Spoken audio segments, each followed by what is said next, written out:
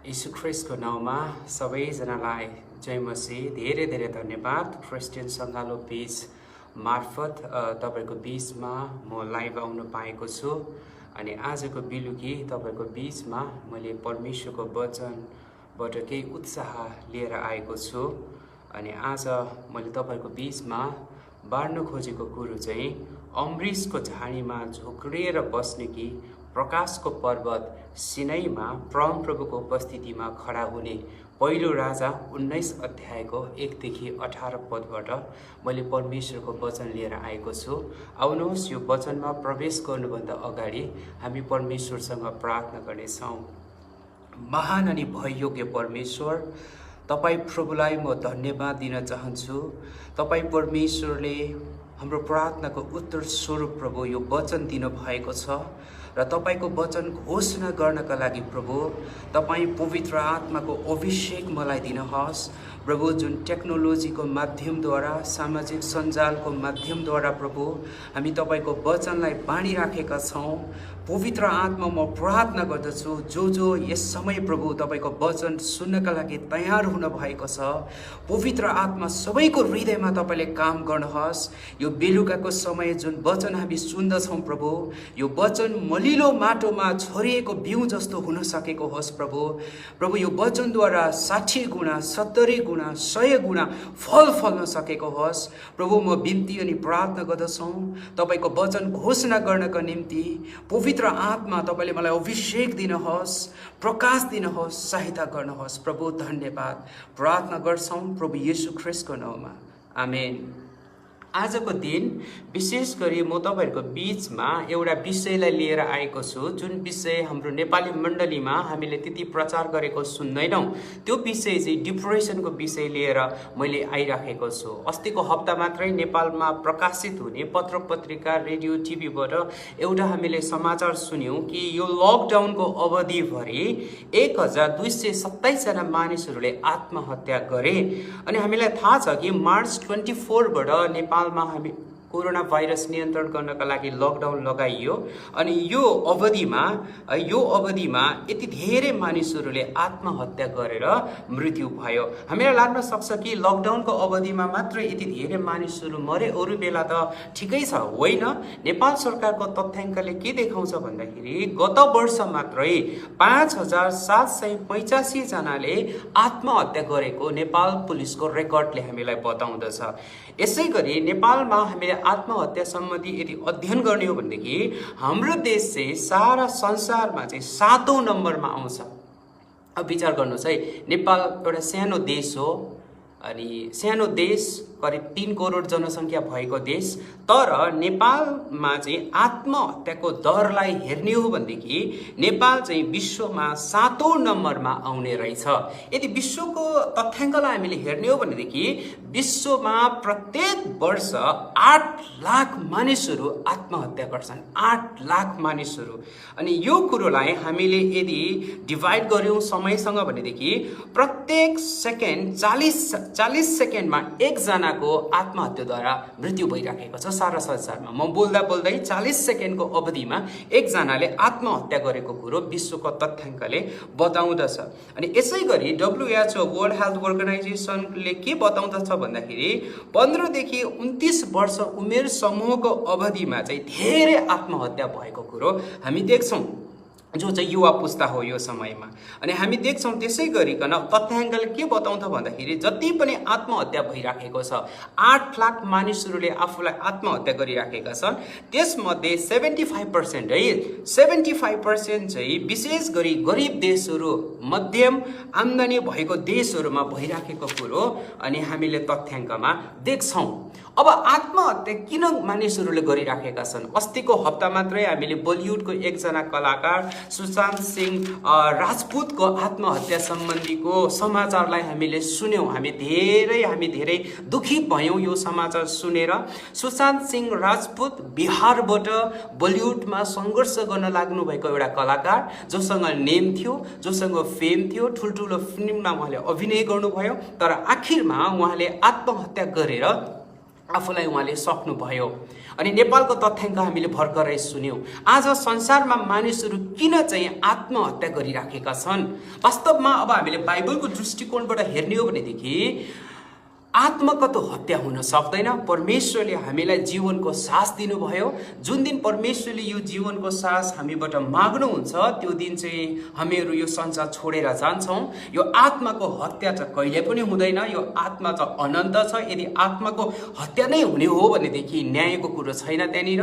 अनि आत्माको हत्या नै छ भनेदेखि सबै कुरो सिद्धिएर गयो। तर बाइबलमा, नेपाली बाइबलमा चलाइएको शब्द चाहिँ तपाईँले हेर्नुभयो भनेदेखि आत्महत्या भन्ने शब्द होइन, यो चाहिँ अपहत्या भनेर चलाइएको शब्द छ है। यहाँनिर there is a big difference. आत्महत्या एउटा कुरो हो, अपहत्या एउटा कुरो हो। आत्महत्या चाहिँ संसारका मानिसहरूले चलाउने शब्द हो, उनीहरूले त्यसरी नै बुझ्छन्। तर बाइबलमा हामी विश्वास गर्ने, प्रभुमाथि विश्वास गर्ने मानिसहरू हामीले आत्महत्या शब्द चलाउन सक्दैनौँ, किनकि आत्माको कहिले पनि हत्या हुन सक्दैन। प्रभु येशू स्वयंले भन्नुभयो, तिनीहरूसँग नडराऊ जो चाहिँ शरीरलाई त मार्नु सक्छन् तर आत्मालाई केही पनि गर्नु सक्दैनन्। यो आत्मा चाहिँ अविनाशी छ, अनन्त छ। परमेश्वरले अनन्तताको लागि बनाउनु भएको छ। त्यसैले बाइबलबाट हामीले हेर्ने हो भनेदेखि आत्महत्या शब्द हुन सक्दैन, तर अपहत्या भन्ने शब्द हुन्छ। त्यसो भएदेखि संसारमा यति धेरै मानिसहरूले किन आफूलाई नाश गरिराखेका छन्? कोही झुन्डेर मरिराखेका छन्, कोही हामफालेर मरिराखेका छन्। अस्ति भर्खरै हामीले सुदूरपश्चिम प्रदेशको अछाम जिल्लाको एउटा समाचार सुन्यौँ। एकजना मानिसलाई नौकरीबाट निकाल्दैको कारणले गर्दा उसले आफ्नो शरीरमा आगो लगाएर उसले आफूलाई सिद्धाउने प्रयास गर्यो। यस्तो खालको कुरोहरू हामीले टिबेटतिर धेरै सुन्थ्यौँ। तर हाम्रो देश नेपालमा पनि यस प्रकारले मानिसहरूले आफूलाई मारिराखेको कुरो हामीले सुनिराखेका छौँ। एकदम दुःखद कुरो, एकदम दुःखद कुरो। अब केलाएर हेर्ने हो भनेदेखि किन मानिसहरूले आफूलाई मारिराखेका छन्? वाइ? यो के कारण हो? तथ्याङ्कले के बताउँदछ भन्दाखेरि 60 देखि 70% मानिसहरू डिप्रेसनको कारणले गर्दा आफूलाई सिद्धाइराखेका छन्। डिप्रेसन हेर्नुहोस् है, डिप्रेसन भन्ने शब्द तपाईँले धेरै पटक सुन्नुभएको होला। डिप्रेसन, हामीले यो शब्दलाई त्यति मनन गर्न सकेका छैनौँ। वास्तवमा डिप्रेसन के हो त? हामी धेरैजनाले डिप्रेसन भनेको सुनेको छौँ। वास्तवमा डिप्रेसन भनेको के हो त? वेबस्टरको डिक्सनरीले डिप्रेसनलाई यसरी परिभाषित गर्छ: the state of being depressed, dejection, as of mind, a lowering of vitality or functional activity। यदि तपाईको उत्पादनशील कुरो कमी हुन लाग्यो, तपाईले आफूलाई कमजोर महसुस गर्दै हुनुहुन्छ, तपाईले आफूलाई थकित महसुस गर्दै हुनुहुन्छ भनेदेखि तपाई चाहिँ डिप्रेसनको शिकार हुनुहुन्छ। अनि मैले अघिबाट तपाईलाई भने धेरैभन्दा धेरै आत्महत्या हुनको कारण डिप्रेसन हो है। डिप्रेसनको कारणले गर्दा आज धेरै मानिसहरूले आफूलाई सिद्धाइराखेका छन्। यसै गरी तथ्याङ्कले के बताउँदछ भन्दाखेरि 24% मानिसहरू है विशेष गरी एन्जाइटीको कारणले गर्दा, एन्जाइटी केबाट? टेक्नोलोजीबाट। अहिले हामी सबैको हातमा मोबाइल छ। प्रभुलाई धन्यवाद, हामीले सही सदुपयोग गरिराखेका छौँ। मैले वचन प्रचार गर्दैछु, तपाईँले घरमा बसेर सुन्दै हुनुहुन्छ। तर यो होइन कि सबैजनाले मोबाइल टेक्नोलोजीलाई सही प्रकारले सदुपयोग गर्छन् भन्ने होइन। धेरैजनाले टेक्नोलोजीलाई, मोबाइल फोनलाई मिसयुज पनि गरिराखेका छन्। अनि यो कारणले गर्दा उनीहरूको जीवनमा एन्जाइटी हुन्छ। अनि एन्जाइटीको कारणले गर्दा पनि धेरै मानिसहरू, तथ्याङ्कले बताउँदछ 24% मानिसहरूले आत्महत्या गरिराखेका छन्।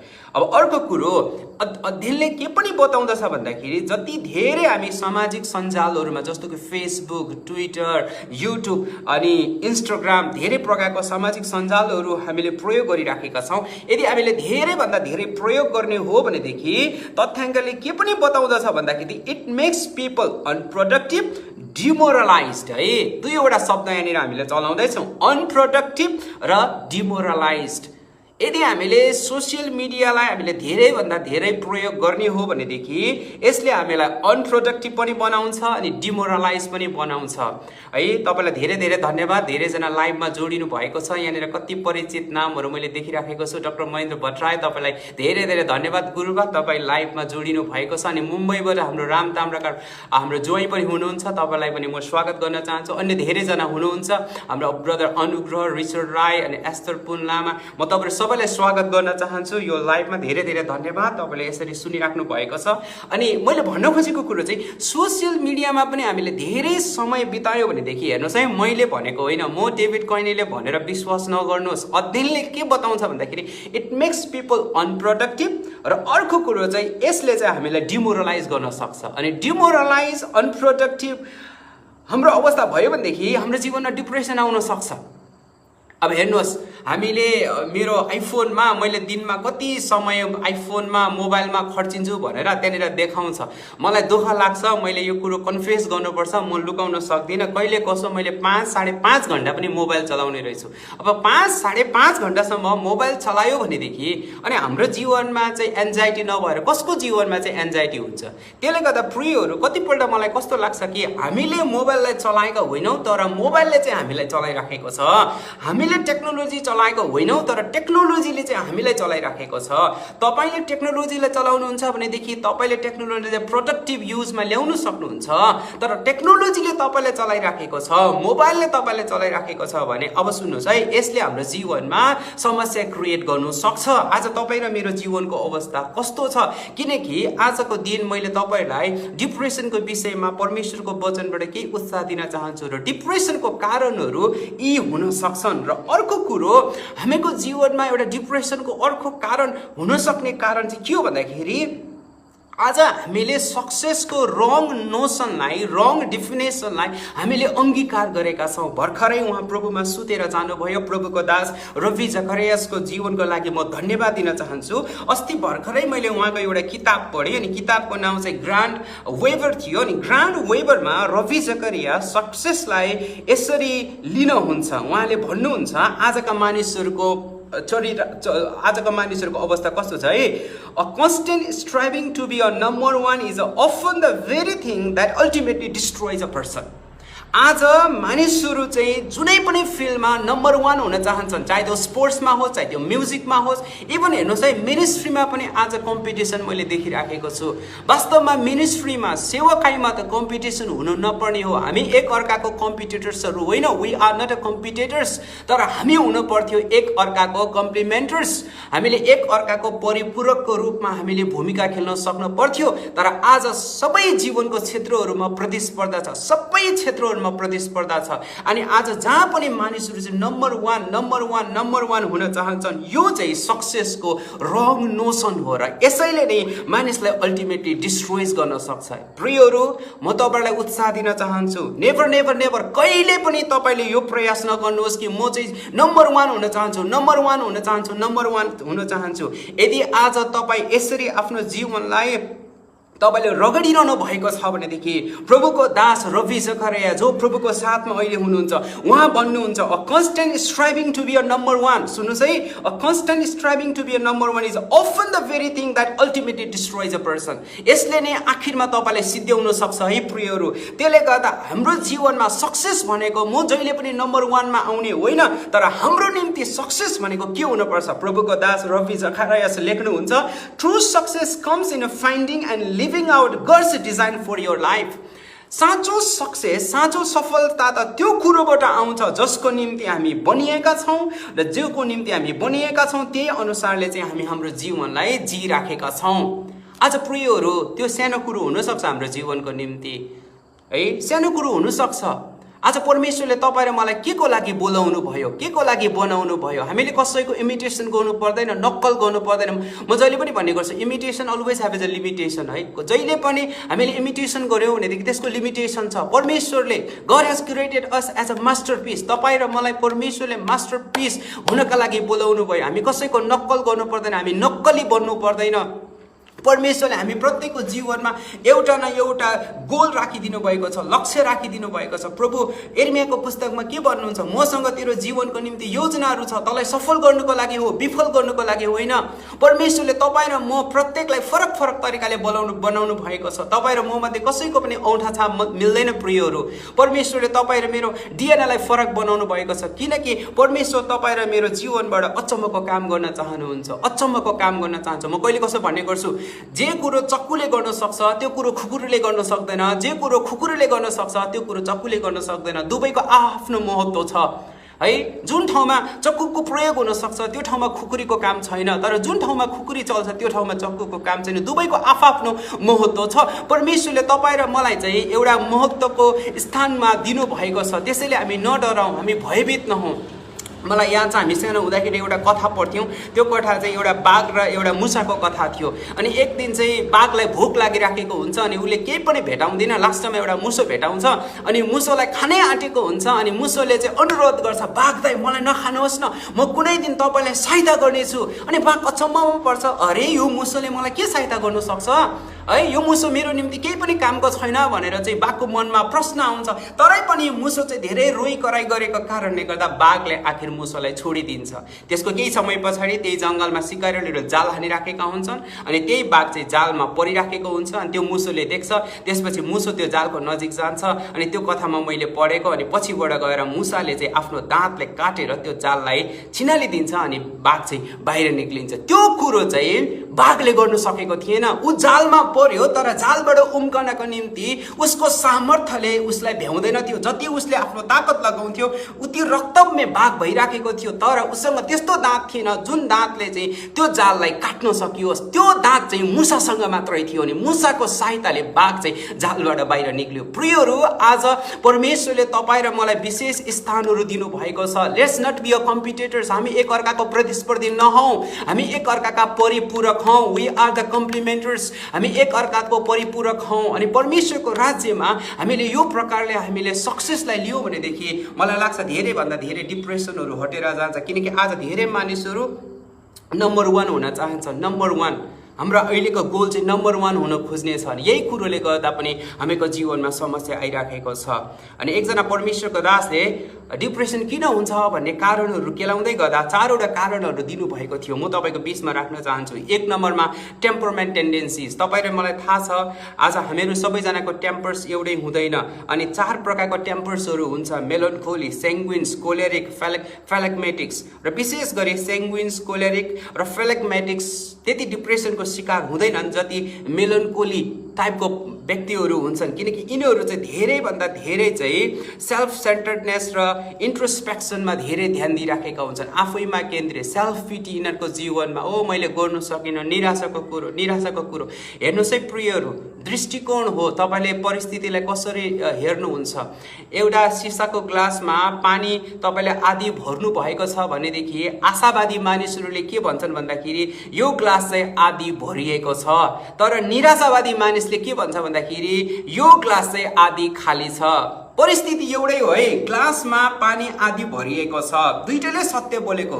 जसले यो ग्लासमा पानी आधी छ भनेर बोल्दैछ त्यसले पनि सत्य बोल्दैछ।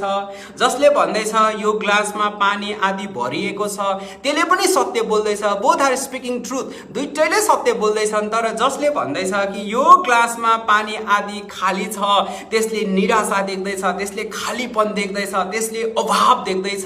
तर जसले भन्दैछ कि यो ग्लासमा पानी आदि भरिएको छ उसले चाहिँ आशाको कुरो देख्दैछ। राम्रो कुरो देख्दैछ। म त्यहाँसम्म नपुग्न सके पनि यहाँसम्म अवस्था छ भनेर उसले आशावादी कुरो देख्दैछ। धेरै मानिसहरू उनीहरूको टेम्परमेन्टको कारणले गर्दा पनि डिप्रेसनमा हुन्छन्। त्यसले गर्दा म तपाईलाई उत्साह दिन चाहन्छु, हामी धेरै सेल्फ सेन्टर्ड नहौँ है, हामी धेरै इन्ट्रोस्पेक्सनमा पनि ध्यान नलगाउँ। हामीले हाम्रो जीवनलाई मूल्याङ्कन गर्नुपर्छ, तर हामी यति धेरै पनि मूल्याङ्कन नगरौँ कि अरूसँग दाँजेर। आज तपाईँ अरूको जस्तो अवस्थामा हुनु हुँदैन होला, तर हामी परमेश्वरलाई धन्यवाद दिनुपर्छ। कहिले कसो प्रचार गरेको बेला म मानिसहरूलाई उत्साह दिन्छु र मानिसहरूलाई भन्छु तपाईँ किन निराश हुनुहुन्छ, तपाईँको खुट्टामा फाटेको चप्पल छ भनेर। आज संसारमा यस्तो मानिसहरू पनि छन् जो चाहिँ खाली खुट्टा हिँडिराखेका छन्। खाली खुट्टा हिँड्ने मानिसहरू भन्दा त तपाईँको अवस्था राम्रो छ होइन र है। जो खाली खुट्टा हिँडिराखेका छन् म उनीहरूलाई भन्छु तपाईँ पनि किन निराश हुनुहुन्छ, तपाईँ खाली खुट्टा हिँड्दै हुनुहुन्छ भनेर। संसारमा यस्तो मानिसहरूलाई पनि हेर्नुहोस् न प्रियहरू, जसको खुट्टा नै छैन, उनीहरूको पनि इच्छा थियो खाली खुट्टा भए पनि म पनि हिँड्न सकौँ। आज हामीले यस्तो खालको परिस्थितिहरूलाई हेरौँ न प्रियहरू है। हामीले दाँच्नु छ भनेदेखि हामीले यस्तो खालको परिस्थितिहरूसँग आफूलाई दाँचौँ न। परमेश्वरले हामीलाई कति अनुग्रह गर्नुभएको छ, कति कृपा गर्नुभएको छ। खालि हामी निराशाको कुरोहरू, हामी एक्लोपनको कुरोहरू मात्र नगरौँ। अनि अर्को कारण चाहिँ डिप्रेसनको कारण चाहिँ हाइपोक्रेसी हो, पाखण्डीपन हो। हामी असल छैनौँ, हामी राम्रो छैनौँ, हाम्रो जीवनमा बिटरनेस छ, हाम्रो जीवनमा रेजेन्टमेन्ट छ, हाम्रो जीवनमा होस्टिलिटी छ। तर कतिपल्ट चाहिँ हामी इसाई भए पनि, प्रभुलाई विश्वास गर्ने मानिसहरू भए पनि यी सबै कुरोहरू हामी आफ्नै बलबुतामा हामी कन्ट्रोल गर्न खोज्छौँ। अनि जब हामी आफ्नै बलबुतामा आफूलाई सुधार गर्ने कोसिस गर्छौँ, सुधार हुनुको सट्टा उल्टो बिग्रेर जान्छ।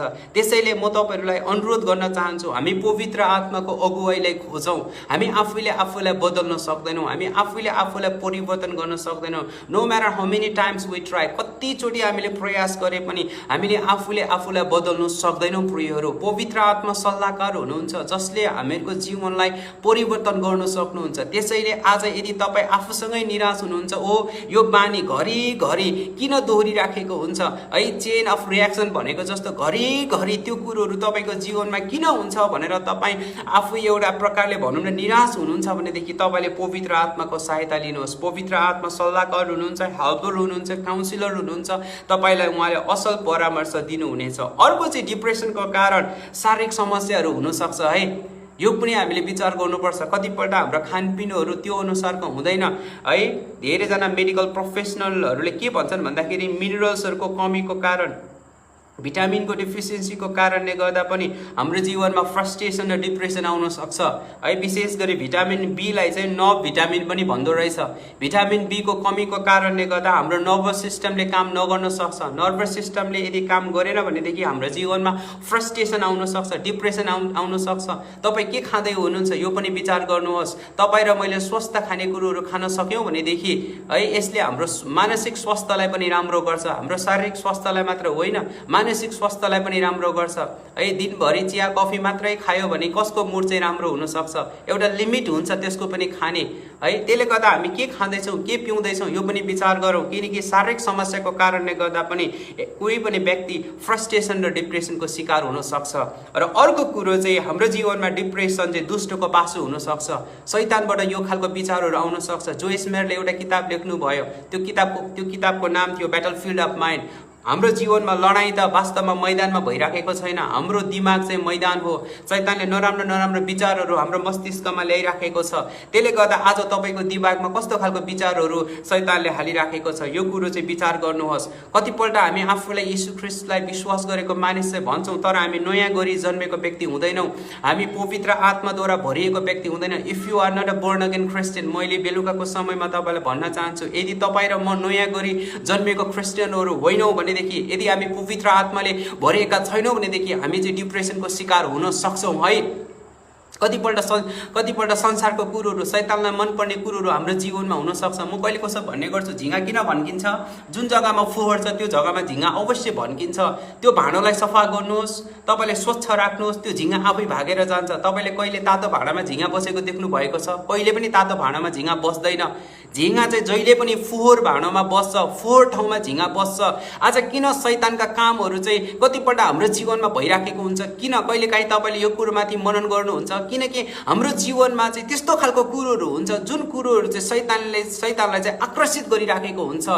परमेश्वरको वचन गलाती 5:22 के लेखेको छ? पवित्र आत्माको फलहरू प्रेम, आनन्द, शान्ति, धैर्य, दया, भलाइ, विश्वस्त, नम्रता र संयम। यदि तपाईँ र मेरो जीवनमा पवित्र आत्माको फलहरू फल्न थाल्यो भनेदेखि के हाम्रो जीवनमा हामी के डिप्रेसनको शिकार हुन सक्छौँ? अवश्य हामी हुन सक्दैनौँ, किनकि हाम्रो जीवनमा पवित्र आत्माको फल प्रेम, आनन्द, जोयफुल, तपाईँ जोयफुल हुनुहुन्छ, तपाईँको जीवनमा आनन्द छ है, तपाईँको जीवनमा शान्ति छ, प्रेम छ, आनन्द छ, शान्ति छ, धैर्य छ, दया छ, भलाइ छ, विश्वस्त छ, नम्रता छ र संयम छ भनेदेखि तपाईँ र म कहिले पनि डिप्रेसनको शिकार हुनु पर्दैन। प्रियहरू, आज धेरैभन्दा धेरै मानिसहरू डिप्रेसनको शिकार हुनुको कारण इभन चर्चभित्र है, चर्चभन्दा बाहिरको कुरो होइन, चर्चभित्र पनि आज धेरैभन्दा धेरै मानिसहरू डिप्रेसनको शिकार किन भइराखेका छन् त? This is the very important question. किन भइराखेका छन् त? किनकि कतिजना मानिसहरूले हो उहाँहरूले म यसो प्रभुमाथि विश्वास गर्छु भनेर भन्नु त हुन्छ होला, तर कतिपल्ट चाहिँ उहाँहरू नयाँ गरी नजन्मेको कारणले गर्दा, पवित्र आत्माले नभरेको कारणले गर्दा, पवित्र आत्माको फल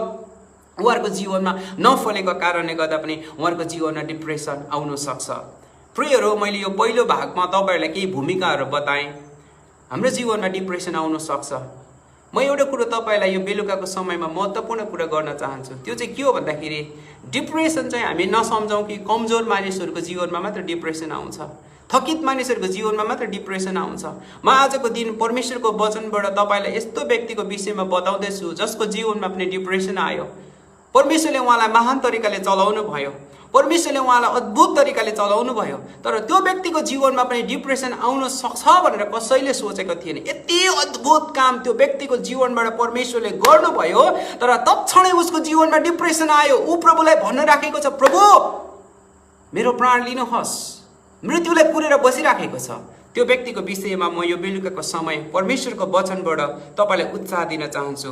तपाईँ मसँग निकाल्न सक्नुहुन्छ पहिलो राजाको पुस्तक 19 अध्यायको 1 देखि 18 पद। अनि उहाँ व्यक्ति एलियाको विषयमा हामी हेर्नेछौँ। प्रभुको वचनमा यसरी लेखेको छ, एलिया होरेबमा भागेर गएका। अब एलियाले गरेका सबै काम र तिनले सबै अगमवक्ताहरूलाई तरबारले मारेको कुरो आहाबले इजेबेललाई सुनाइदिए। परमेश्वरको दास एलियाको जीवनबाट परमेश्वरले ठुलो काम गर्नुभयो। प्रियहरू, पहिलो राजा 18 अध्यायमा हामीले हेऱ्यौँ भनेदेखि बालको 450 जना अगमवक्ता, असेराको 400 अगमवक्ताहरूलाई लिएर एलियाले किशोन खोलामा मारेको कुरो हामी देख्छौँ। जब एलियाले ती अगमवक्ताहरूलाई मार्नुहुन्छ, परमेश्वरको वचनमा लेखेको छ 3 वर्षसम्म नपरेको पानी पर्न थाल्छ। यति मात्र होइन, बाल र असेराको अगमवक्ताहरूले बिहानदेखि मध्याह्नसम्म रोए कराई गर्दा स्वर्गबाट आगो बर्सिएको थिएन। तर परमेश्वरको वचनमा लेखेको छ एलियाले प्रार्थना गर्दा स्वर्गबाट आगो बर्सियो। अनि आगो मात्र बर्सिएन, परमेश्वरको भत्केको वेदीमाथि राखेको थुमालाई परमेश्वरले ग्रहण गर्नुभयो, जुन वेदीमाथि 4 गाग्रा पानी 3 खेप खन्याइएको थियो। परमेश्वरले अद्भुत काम एलियाको जीवनबाट गरेको थिए। र हामीलाई सोच्न सक्छ कि एलियाले यति ठुलो काम गरिसकेपछि सारा देशमा पश्चाताप आउनु पर्थ्यो। अवश्य मानिसहरू पश्चातापमा डोरिए। परमेश्वरको वचनमा लेखेको छ पहिलो राजा 18 को 39 मा, जब सबै मानिसहरूले यो देखे तब तिनीहरू भुइँमा घोप्टो परि कराएर भने, परम प्रभु उहाँ नै परमेश्वर हुनुहुँदो रहेछ, परम प्रभु उहाँ नै परमेश्वर हुनुहुँदो रहेछ। मानिसहरूले यसरी आफूलाई पश्चातापमा होच्याए, तर सबैजनाले पश्चाताप गरेनन्, सबैजनाले परमेश्वरको महिमा गरेनन्। जब राजा आहाबले रानी इजेबेललाई बताइदिनु भयो कि एलियाले के गरे कर्मेल डाँडामा, परमेश्वरको वचनमा यसरी लेखेको छ 2 पदमा, यसकारण इजेबेलले एलिया कहाँ यसो भनेर एउटा समाचार वाहक पठाइन्, जसरी तैँले उनीहरूको प्राण लिस त्यसरी नै भोलि यही बेलासम्म तेरो प्राण पनि मैले लिन भने देवताहरूले मलाई त्यस्तै वा त्योभन्दा बढी व्यवहार गरून्। रानी इजेबेलले एलियालाई खबर पठाउनुहुन्छ, एलिया तैँले कर्मेल डाँडामा जे गरिस्, अब तैँले ती अगमवक्ताहरूलाई त मारिस, बाल र असेराको अगमवक्ताहरूलाई सिद्धाइस्, अब मर्ने पालो तेरो हो भनेर एलियालाई समाचार वाहक पठाइकन खबर पठाउनुहुन्छ। अनि तपाईँलाई लाग्न सक्छ, ओहो एलिया डराउन पर्दैन, ओहो स्वर्गबाट आगो बर्साउन सक्ने मानिस जसले प्रार्थना गर्नुभयो परमेश्वरले आकाश थुनिदिनु भयो, पानी पर्नु बन्द भयो, जसले प्रार्थना गर्नुभयो आगो बर्सियो, जसको प्रार्थनाद्वारा परमेश्वरले ठुल्ठुलो आश्चर्य कर्म गर्नुभयो। अनि उहाँ परमेश्वरको दास एलिया यस्तो सानोतिनो कुरोहरूबाट डराउनु हुँदैन थियो होला भनेर तपाईँले सोच्नु भएको छ होला। यदि तपाईँले सोच्नु भएको छ भनेदेखि तपाईँले गलत सोच्नुभयो, किनकि 3 पदमा यसरी लेखेको छ, जब समाचार वाहक आएर रानी इजेबेलको खबर एलियालाई सुनाउनुहुन्छ, प्रभुको वचनमा लेखेको छ एलिया डराए, एलिया डराए। एलिया परमेश्वरको दास डराउनुहुन्छ। कस्तो व्यक्ति एलिया? स्वर्गबाट आगो झार्न सक्ने व्यक्ति, जसको प्रार्थनाद्वारा परमेश्वरले ठुल्ठुलो आश्चर्य कर्म गर्नुभयो। उनी पनि डराए अनि आफ्नो प्राण बचाउनुलाई भागे। यो त तपाईँ र मेरो जीवनको अवस्थासँग मिल्नु लाग्यो प्रियहरू। कतिपल्ट तपाईँ र मैले देखेको सुनेको कुरोको कारण हाम्रो हृदयमा पनि डर पैदा हुन्छ, भय पैदा हुन्छ, कम्प पैदा हुन्छ। यति मात्र होइन, हामी पनि एलिया जस्तै भागिराखेका हुन्छौँ। जब तिनी यहुदाको बेर्सेबामा पुगे तब तिनले आफ्नो चाकरलाई त्यहीँ छोडे र आफू चाहिँ मरुभूमिको 1 दिनको बाटो गए। तिनी अमृषको एउटा झाडीमा आइपुगेर त्यसमुनि बसेर आफ्नो मृत्युको निम्ति प्रार्थना गर्न लागे। आज बेलुका मैले तपाईँहरूको बीचमा ल्याएको वचनको शीर्षक पनि मैले राखेको छ, अमृषको झाडीमा झोक्रिएर बस्ने कि प्रकाशको पर्वत सिनाईमा परमेश्वरको उपस्थितिमा खडा हुने।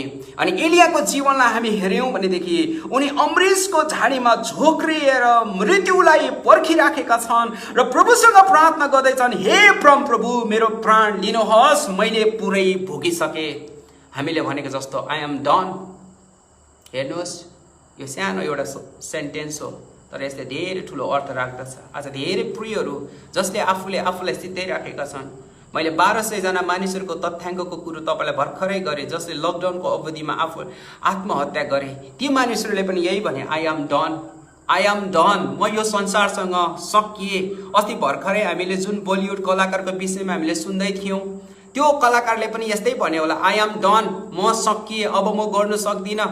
आज एलियाको जीवनलाई हामी हेऱ्यौँ, आई एम डन है। यति लामो लकडाउन भयो, तपाईहरुमध्ये कतिजना बिजनेसम्यान हुनुहुन्छ होला, तपाईलाई सोचिराखेको छ होला, अब मेरो बिजनेस सकियो, आई एम डन, अब मेरो बिजनेसमा मैले केही पनि गर्न सक्दिनँ, मेरो करियर अगाडि बढाउन सक्दिनँ। यस्तै खालको निराशाको कुरोहरू भएको कुरोहरू आज तपाईँ र मेरो जीवनमा आइराखेको छ होला। तपाईहरु मध्ये कतिजनाले यो कुरो भन्दै हुनुहुन्छ होला, अब मेरो जीवन पनि सकियो, त्यो केटाले मलाई मन पराउँदैन, अब मैले सकेँ। हेर्नुहोस्, डिप्रेसनमा जानको लागि ठुल्ठुलो कारणहरू चाहिँदैन, सुसाइड गर्नको लागि ठुल्ठुलो कारणहरू चाहिँदैन। अस्ति म समाचार सुन्दै थिएँ, एकजना बुवाले आफ्नो छोरालाई भिडियो गेम नखेल्नु, मोबाइलहरू नचलाउनु भनेको कारण उसले आफूले सुसाइड गर्यो। सानोतिनो कारणले गर्दा आज मानिसहरूले आफूलाई सिद्धाइराखेका छन्। प्रियहरू, आज मलाई यस्तो लागिराखेको छ कि यो डिप्रेसनको सर्फेसको कारणले गर्दा मात्र होइन, यसको पछाडिको एउटा ठुलो शैतानको पासो छ। हामीले यो कुरोलाई बुझ्नु सक्नु पर्दछ। अनि हामी देख्छौँ एलियाको जीवनमा पनि यही खालको कुरोहरू भइराखेको छ। तपाईले स्वास्थ्यको लागि प्रार्थना गरेको सुन्नु भएको छ होला, तपाईले आशिषको लागि प्रार्थना गर्न सुन्नु भएको छ होला, छुटकारा पाउनको लागि प्रार्थना गरेको सुन्नु भएको छ होला, अभिषेकको लागि प्रार्थना गरेको तपाईले सुन्नु भएको छ होला। तर आजको दिनसम्म कसैले के मृत्युको लागि प्रार्थना गरेको सुन्नु भएको छ? यदि तपाईले मृत्युको लागि प्रार्थना गरेको सुन्नु भएको छैन भनेदेखि यहाँनिर परमेश्वरको वचनमा आउनुहोस्। एलिया अमृतको झाडीमा बसेर मृत्युको निम्ति प्रार्थना गर्दैछन्। अघि परमेश्वरको वचन पहिलो राजा 18 अध्यायमा हामीले देख्यौँ, कर्मेल डाँडामा एलिया आगो झरोस् भनेर प्रभुसँग प्रार्थना गर्दै थिए भनेदेखि अमृतको झाडीमा मृत्युको लागि प्रार्थना गर्दैछन्। मृत्युको लागि, लर्ड लेट मी डाई, मलाई मर्न दिनुहोस्, I am done with my life, म मेरो जीवनसँग सकिसकेँ, म केही पनि गर्न सक्दिनँ, म त मेरा पिता पुर्खाहरूभन्दा असल छैन। हेर्नुहोस्, यस्तो खालको निराशाको अवस्थामा एलिया छन्, अमृतको झाडीमा एलिया छन्। एलिया परमेश्वरको दास जसलाई जिउँदै परमेश्वरले स्वर्ग उचाल्नु भयो, उसको जीवनमा यस्तो खालको निराशाकोपन, उसले आफ्नो चाकरलाई पनि छोडेर ऊ एक्लै अमृतको झाडीमा छ। हि वाज अ लोन्ली है। कतिपल्ट मलाई दुःख लाग्छ किन हाम्रा मानिसहरूको जीवनमा शैतानको कामहरू भइराखेको छ। कतिपल्ट हाम्रा सङ्गीतहरू, गीतहरू हामी त्यस्तै सुन्छौँ। मलाई याद छ, जब म काठमाडौँमा थिएँ अनि म क्याम्पस पढ्दै थिएँ, त्यतिखेर एउटा गीत साह्रै चर्चित थियो, मिस्टर लोन्ली भनेर एउटा गीत गाउँथ्यो है। अहिले म त्यो गीतको लिरिक्सहरू बुझ्छु, त्यो गीतलाई रिपिट गरिराखेँ भनेदेखि त तपाईँ मिस्टर लोन्ली नै हो नि। तर इमानुएल परमेश्वर तपाईसँग छ भन्ने कुरो के तपाईँ बुझ्नु हुँदैन? प्रभुको वचनमा के लेखेको छ? जगतको आखिरीसम्म म तिम्रो साथमा छु प्रभु भन्नुहुन्छ। अब आई एम मिस्टर लोन्ली भनेर गीत सुनेर गाएर तपाईँको जीवनबाट एक्लोपन हट्नु सक्दैन। आज तपाईँले के सुन्दै हुनुहुन्छ, के गाउँदै हुनुहुन्छ, के बोल्दै हुनुहुन्छ, इट म्याटर्स। किनकि परमेश्वरको वचनमा लेखेको छ जीवन र मृत्युको शक्ति जिब्रोमाथि हुन्छ। प्रियहरू, आज तपाईँले के बोल्दै हुनुहुन्छ? तपाईँले प्रभुको वचन हामीले हेऱ्यौँ भनेदेखि उत्पत्तिको पुस्तकमा परमेश्वरले सृष्टिको कुरो बोल्नुभयो, सृष्टि भयो, सकारात्मक कुरो बोल्नुभयो, सकारात्मक भयो। त्यसैले हामीले यी खालको कुरोहरू पनि विचार गर्नुपर्छ। अनि एलियाको जीवनलाई हामी हेऱ्यौँ भनेदेखि उनी अमृतको झाडी मुनि मृत्युलाई पर्खेर बसिराखेका छन्। अहिलेको हाम्रो मोडर्न भाषामा भन्ने हो भनेदेखि he is very depressed, is very lonely.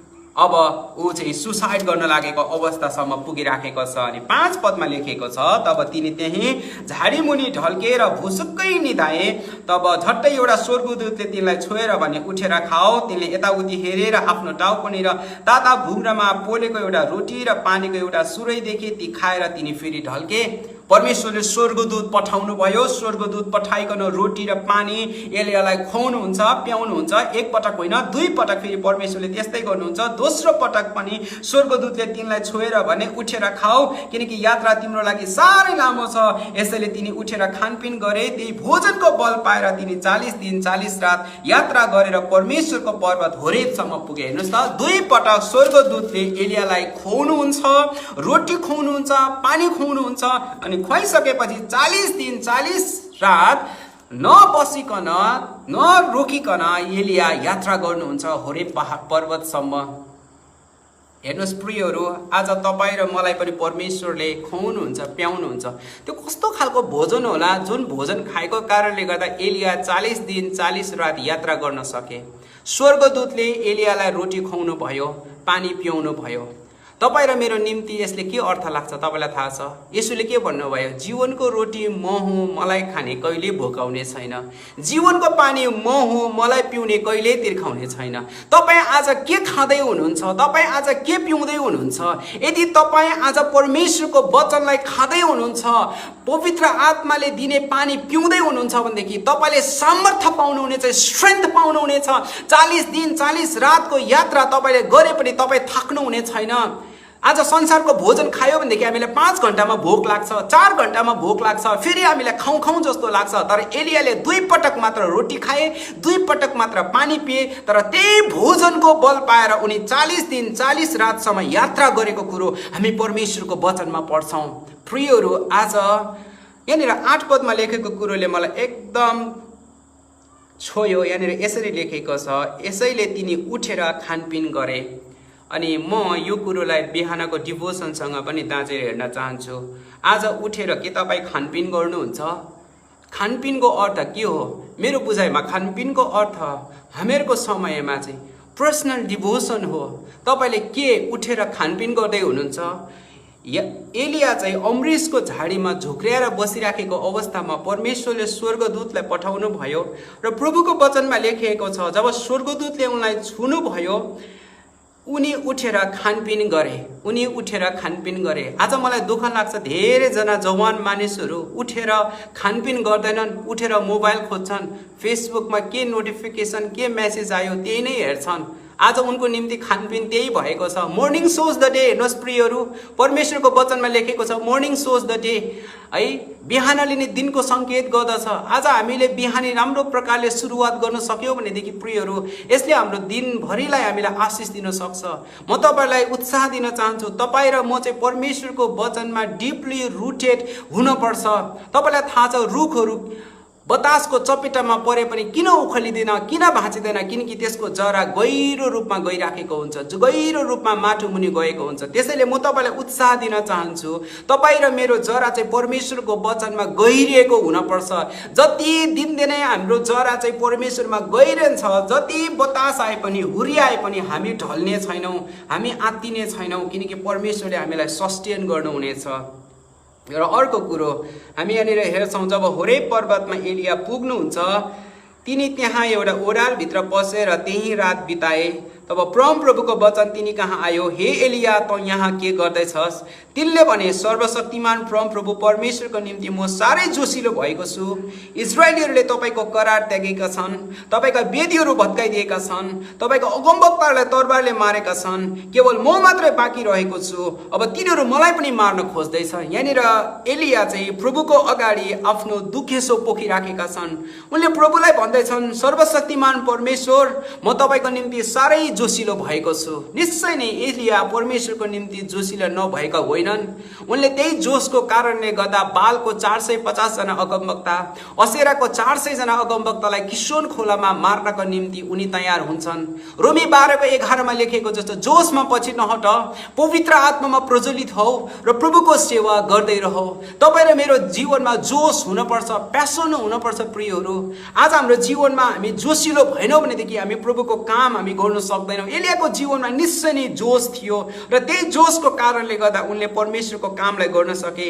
इजरायलीहरूले तपाईँको करार त्यागेका छन्, तपाईँका वेदीहरू भत्काइदिएका छन्, तपाईँको अगमवक्तालाई तरबारले मारेका छन्, म मात्रै बाँकी रहेको छु भनेर एलिया परमेश्वरको अगाडि दुखेसो पोख्दै हुनुहुन्छ।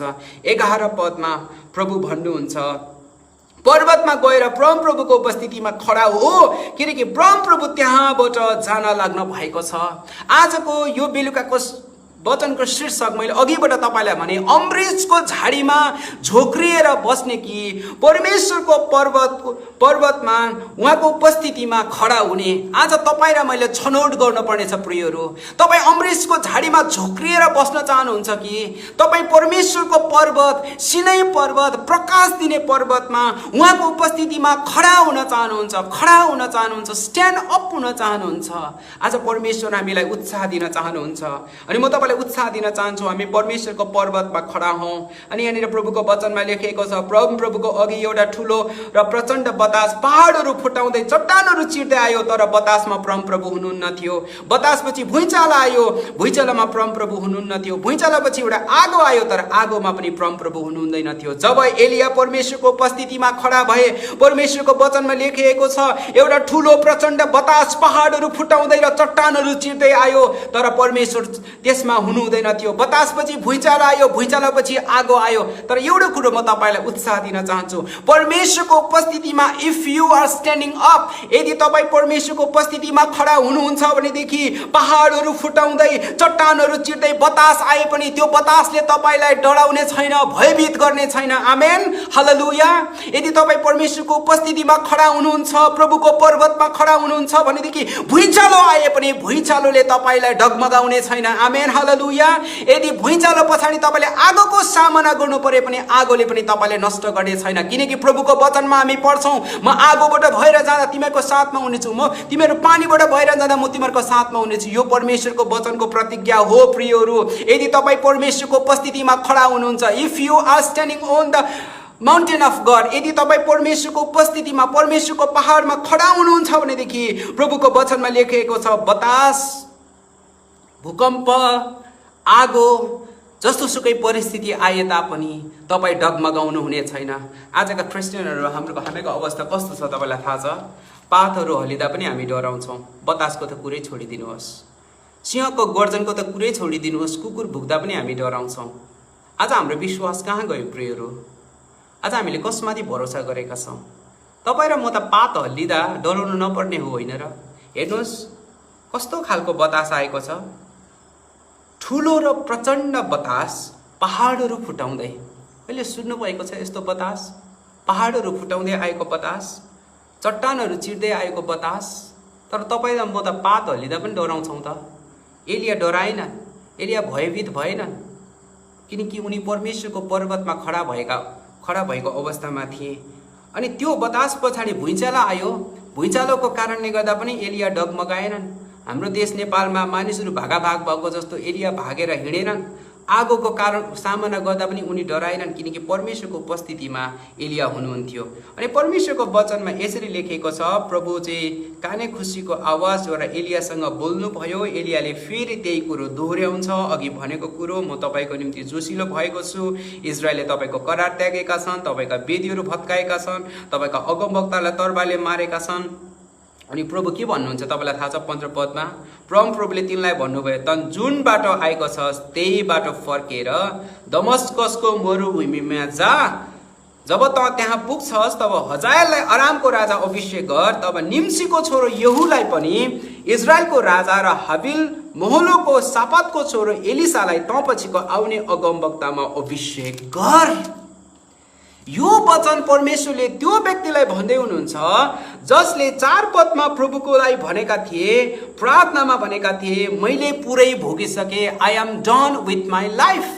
जसले भनेका थिए मैले पुरै भोगिसके, अब म केही पनि गर्न सक्दिनँ, मेरो जीवनको अन्त आइसकेको छ, म अन्तको नजिक छु भनेर जसले भनेका थिए, परमेश्वरले ती व्यक्तिलाई भन्नुहुन्छ अब त गएर हजाएललाई आरामको राजा अभिषेक गर, निम्सीको छोरो यहुलाई इजरायलको राजा अभिषेक गर र एलिसालाई आफू पछिको अगमवक्ता अभिषेक गर। 2 जना राजा र 1 जना अगमवक्तालाई अभिषेक गर्न पर्ने महत्त्वपूर्ण काम। प्रियहरू, आजको दिन म तपाईलाई उत्साहको वचन लिएर आइराखेको छु। तपाईले सोच्दै हुनुहुन्छ होला कि तपाईको जीवन सकियो, अब तपाईको जीवनमा गर्नुपर्ने कुनै पनि काम छैन, योजना बनाउनु पर्ने कुनै काम छैन, अब तपाईको जीवन सकियो, तपाईँ अब आफूलाई एकदम शून्यतामा ल्याउँदै हुनुहुन्छ होला। हो, हामीले शून्यतामा आफूलाई ल्याउनु पर्छ, किनकि हामी परमेश्वर बेगर केही पनि गर्नु सक्दैनौँ। येशू स्वयंले भन्नुभयो, साँचो दागको बोट म हुँ, तिमीहरू हाँगा हौ।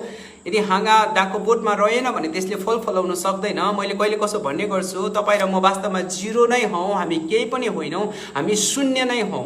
अनि यो शून्य पनि कस्तो हुन्छ भन्दाखेरि, यदि यो शून्य कुनै सङ्ख्याको पछाडि आयो भनेदेखि त्यो शून्यमा भ्यालु आउँछ। उदाहरणको निम्ति 1 0 भयो भने 10 हुन्छ, तर 0 1 भन्यो भने 1 हुन्छ। तर 1 को पछाडि 0 आयो भनेदेखि 0 मा 9 को भ्यालु आउँछ। जति धेरै 0 थपिँदै गयो त्यति धेरै त्यो मूल्यवान हुँदै जान्छ। अर्को 0 थप्यो भने 99 हुन्छ, अर्को 0 थप्यो भने 1000 हुन्छ। जति 0 थप्यो त्यति चाहिँ के हुन्छ, भ्यालु बढ्दै जान्छ। 1 लाई हटाइदिनुस् फेरि 0 नै हो।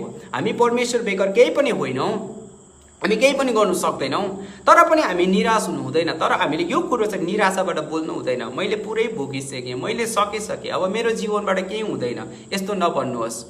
यस्तो भन्ने एलियाको जीवनबाट परमेश्वरले ठुलो काम गर्नुभयो। उहाँले 2 जना राजालाई अभिषेक गर्नुहुन्छ, 1 जना अगमवक्तालाई अभिषेक गर्नुहुन्छ।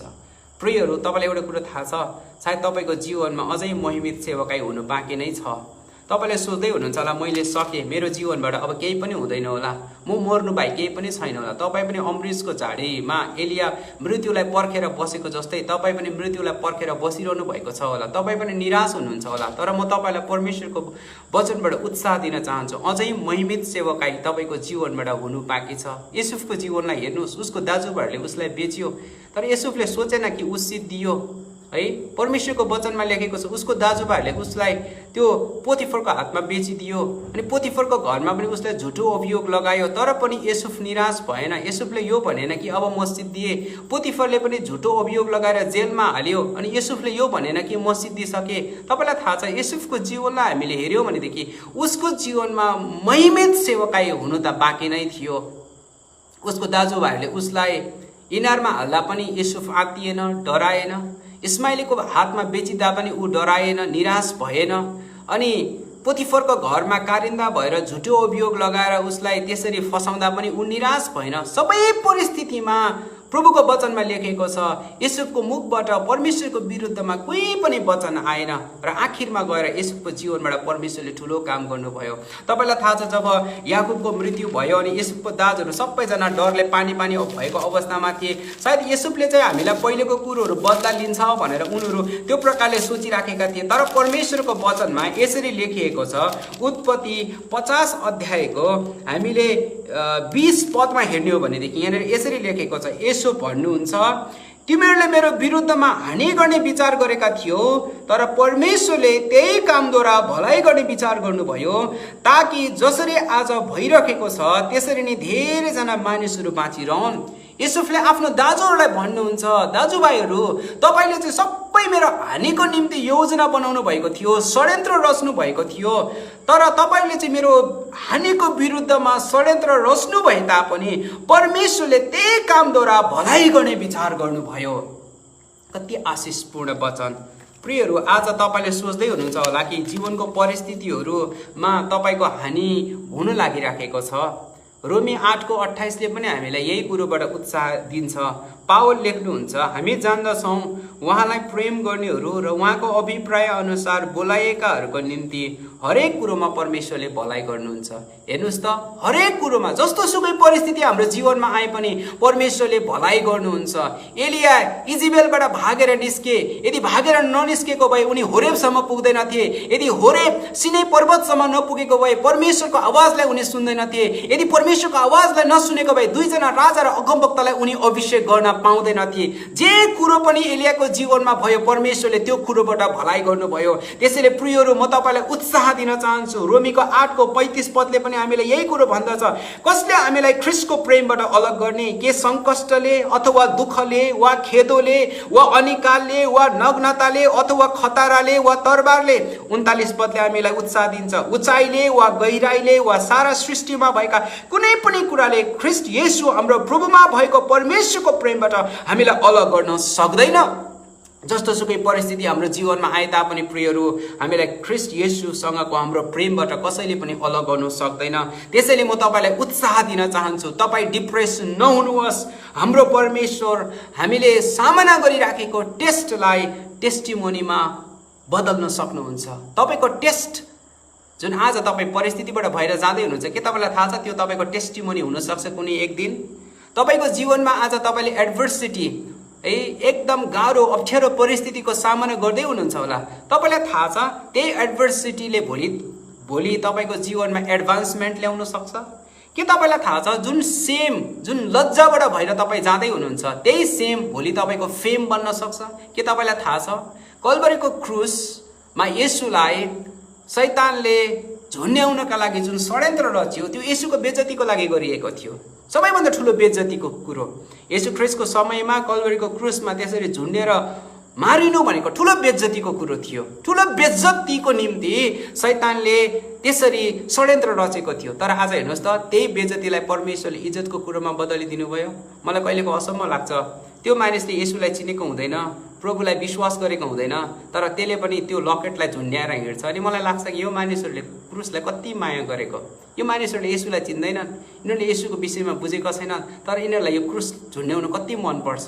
वास्तवमा येशू ख्रीष्टको समयमा कल्भरीको क्रुसमा झुन्डिनु भनेको चाहिँ के भन्छ बेइज्जतीको कुरो थियो, अपमानजनक कुरो थियो। तर परमेश्वरले त्यही कल्भरीको क्रुसलाई महिमित कल्भरीको क्रुस बनाइदिनु भयो।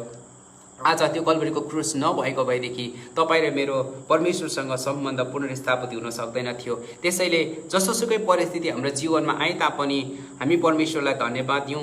रोबर्ट फ्रस्टको एउटा कविता छ, अन्त रोड नट टेकन। अनि त्यो कवितामा रोबर्ट फ्रस्ट लेख्नुहुन्छ, two roads diverge in a wood, I took the one less travel by and that has made all the difference. अघि हामी एलियालाई परमेश्वरको वचनबाट उत्साह दिएको कुरो हामीले सुन्यौँ, जुन बाटोबाट भएर त आइस त्यही बाटो त फर्केर जा। आज परमेश्वर तपाईँ र मलाई पनि यही भन्दै हुनुहुन्छ। आज सायद तपाईँ आफूलाई सिद्ध्याउनको निम्ति एउटा बाटो तय गर्दै हुनुहुन्छ होला, एउटा लक्ष्य तय गर्दै हुनुहुन्छ होला। परमेश्वर तपाईँलाई मलाई भन्दै हुनुहुन्छ, त्यही बाटोबाट तपाईँ र म फर्केर जानुपर्ने, त्यही बाटोबाट हामी फर्केर जानुपर्ने, त्यही बाटोबाट परमेश्वरले महिमित काम गर्नुहुनेछ। है रोबर्ट फ्रस्टको कवितामा है रोबर्ट फ्रस्ट लेख्नुहुन्छ, आज मेरो जीवनमा किन बदलाव आयो, किन परिवर्तन आयो, किन म अरूभन्दा भिन्नै भएँ, किनकि जङ्गलमा बाटो छुटियो अनि मैले चाहिँ बेचल्तीको बाटोलाई रोजेँ अनि सबै फरक त्यसैले ल्यायो। आजको दिन म तपाईँलाई उत्साह दिन चाहन्छु। आज तपाईँ के त्यो बेचल्तीको बाटो रोबर्ट फ्रस्टले आफ्नो कविता द रोड नट टेकनमा भनेको जस्तो त्यो बेचल्तीको बाटोमा हिँड्नका निम्ति के तपाईँ तयार हुनुहुन्छ?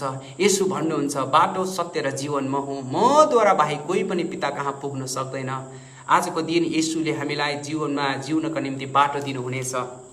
त्यसैले निराश नहुनुहोस्, परमेश्वरले हामीलाई अनुग्रह अनि कृपा गर्नुहुनेछ। त्यसैले कहिले पनि तपाईँ र मेरो जीवनमा निराशाको कुराहरू नगरौँ। शैतानले निराशाको कुरोबाट हाम्रो जीवनमा आक्रमण गर्छ।